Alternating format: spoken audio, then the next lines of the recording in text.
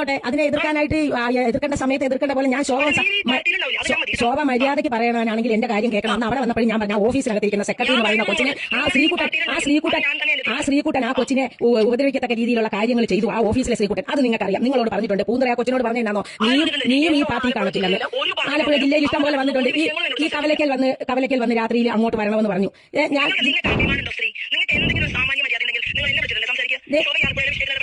ഇപ്പൊ കേക്ക് നിങ്ങൾ കേക്ക് അപ്പൊ ശോഭ അവിടെ ഉണ്ടായിരുന്നോ? ഞങ്ങൾ കെട്ടിപ്പിടിച്ച് കിടന്നപ്പം ഇതാ ഞാൻ പറഞ്ഞത്. എന്തെങ്കിലും ഉണ്ടെങ്കിൽ എന്നെ വിളിച്ച് മര്യാദ എന്തെങ്കിലും ഉണ്ടെങ്കിൽ എന്നെ വിളിച്ച് മര്യാദയ്ക്ക് ചോദിക്കുമല്ലോ ഇപ്പൊ ചെയ്യുന്നത് നിങ്ങളും. അല്ല, അതില്ലാത്തത് ആരാണെന്ന് നാട്ടുകാർക്ക് മൊത്തം അറിയാം. അതില്ലാത്തത് ആർക്കാണെന്നും എനിക്കുണ്ടോന്നും എല്ലാം കൃത്യമായിട്ട് ജനങ്ങൾക്ക് അറിയാം. എന്തിനാ ഈ ആവശ്യമില്ലാതെ പറയുന്നത്? ശോഭ എന്നോട് വിളിച്ചിട്ട് ചേച്ചി എന്താ പ്രശ്നം